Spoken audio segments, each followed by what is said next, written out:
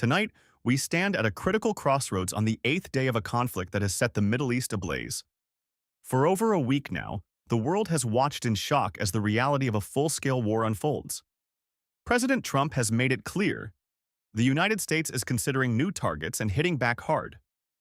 Just days ago, the shadows of our B-2 bombers, the Midnight Hammer strike, flew across the horizon to prevent a nuclear-armed regime. According to the administration, we were just 8 months away from a nightmare the world could not afford to witness. In just 72 hours, 42 Navy ships belonging to the adversary have been wiped from the seas. But as the smoke rises, the violence is spreading. From the busy terminals of Dubai to the military bases in Kuwait, no one seems safe. As we watch the news, we ask the questions weighing heavy on every American heart. Are our brave men and women in uniform in danger? Can we still find a path to avoid World War III? Tonight, we look at the hard truths of the crisis involving Israel and what this Iran-Israel war means for the future of Israel-Iran. The war has now entered a dangerous new phase as the fighting spills out of Iran and into the peaceful neighbors of the Persian Gulf. For 8 days, the world has held its breath, but the fire is spreading rapidly. Despite a rare public apology from the Iranian president, Masoud Pezeshkian, to his neighbors, the attacks have not ceased. In fact, we are seeing missiles and drones launched toward Kuwait, Bahrain, and Qatar. Saudi Arabia has even reported a missile heading directly toward one of their military bases. Nowhere is this escalation more visible than in the city of Dubai. We have seen frightening video footage of a drone striking just outside the terminal at Dubai International Airport, the busiest hub for passenger travel on the planet. For a time, all flights were suspended as smoke filled the air near planes sitting on the tarmac. Just tonight, another massive explosion rocked the marina area, a vibrant district known to many Westerners and expatriates. While officials say it was an interception of an incoming Iranian strike, it highlights the terrifying reality that even the safest havens are now in the crosshairs. Back in Washington, President Trump has remained defiant, dismissing any talk of a ceasefire or apology. He took to Truth Social to state that the regime is being beat to hell and is only promising to stop shooting because of the relentless pressure from our military. The scale of that pressure is staggering. 42 Iranian Navy ships have been completely knocked out in just the last 3 days. President Trump insists that the Midnight Hammer B-2 strikes were a necessity, claiming the world was done a favor by stopping a regime that was only months away from a nuclear weapon. But the adversary is fighting back with everything they have left. The United Arab Emirates alone has had to intercept 11 missiles and over 119 drones in just a single wave of attacks. It is a massive coordinated effort to sow chaos across the entire Gulf. For those of us watching from home, the fear of a wider regional conflict is no longer a distant possibility. As the Israel-Iran conflict broadens, the danger to our interests and our allies grows more severe. Every day the Iran-Israel war continues, the security of Israel and the entire world becomes more uncertain. The consequences of this conflict are no longer just distant echoes across the ocean. They are beginning to hit us right here at home.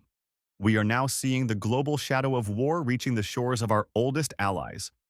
In Britain, the aircraft carrier HMS Prince of Wales has been placed on advanced readiness, with the crew told they must be prepared to set sail in just 5 days.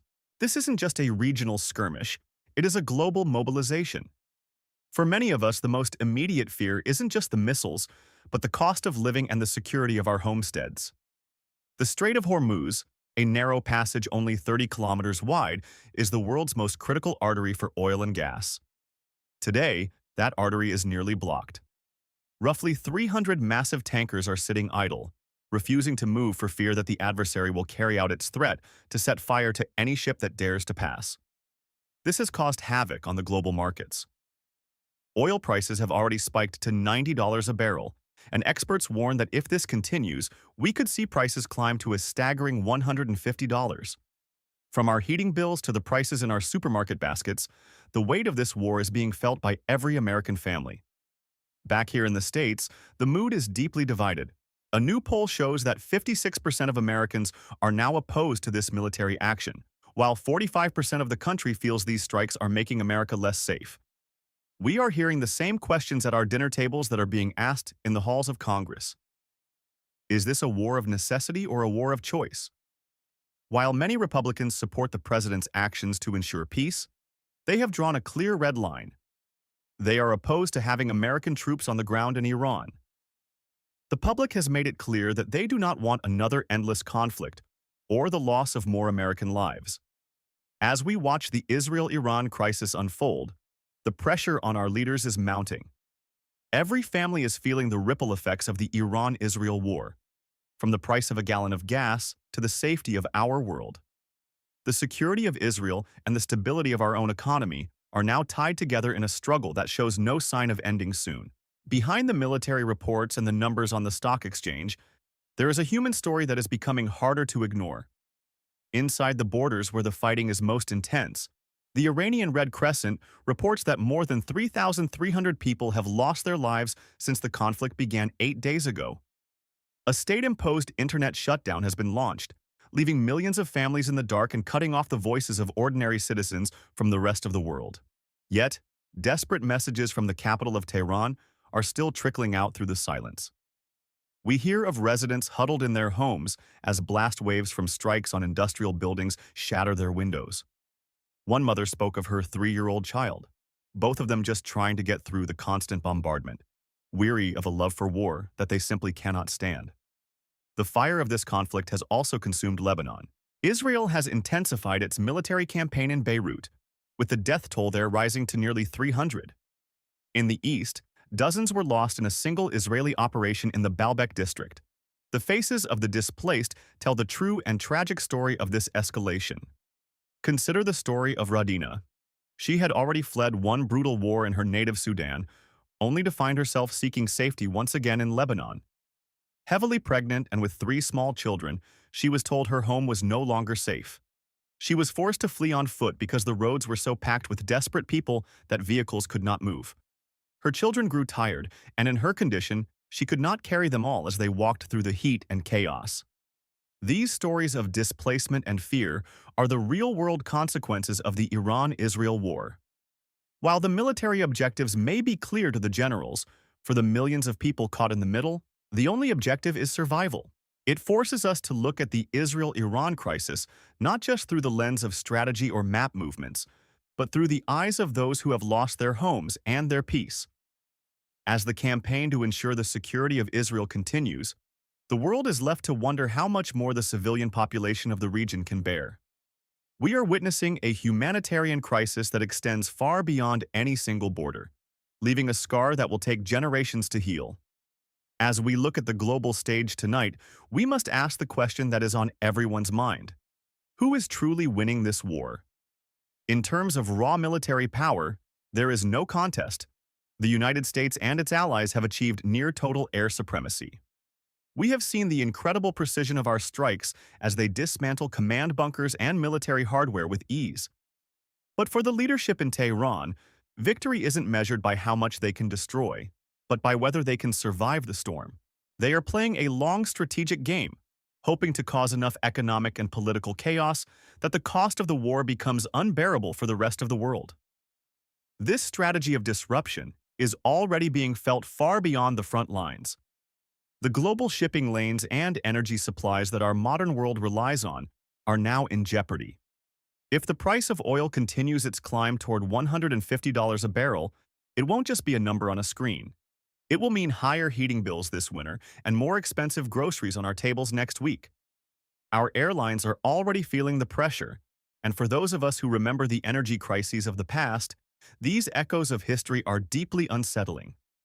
Here in the United States, the response remains a complex tapestry of pride and concern. We see rallies in Washington and New York, reflecting a nation that is deeply divided over our role in this conflict. Many are worried that this will become another endless war in the Middle East, a far cry from the promises of peace and stability we all hope for. While there is strong support for the defense of our interests, there is a clear and firm red line against sending American boots onto foreign soil. As the Israel-Iran crisis continues to dominate the headlines, we are reminded that the true cost of the Iran-Israel war is measured in more than just munitions. It is measured in the security of our families and the future of Israel in an increasingly volatile world. After 8 days of intense conflict that has shaken the foundations of the Middle East, we are left with more questions than answers. What began as a series of targeted strikes has evolved into a complex struggle for endurance and survival. While the United States and its allies hold a clear military advantage in the skies, the adversary is banking on a different kind of victory, one born of economic chaos and regional disruption.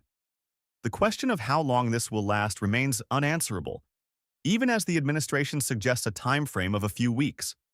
We know from history that wars are easy to start but incredibly difficult to finish. The ripples of the last 8 days, the spike in oil prices, the blockage of critical shipping lanes, and the tragic loss of over 3,300 lives in Iran and hundreds more in Lebanon, could be felt for years to come.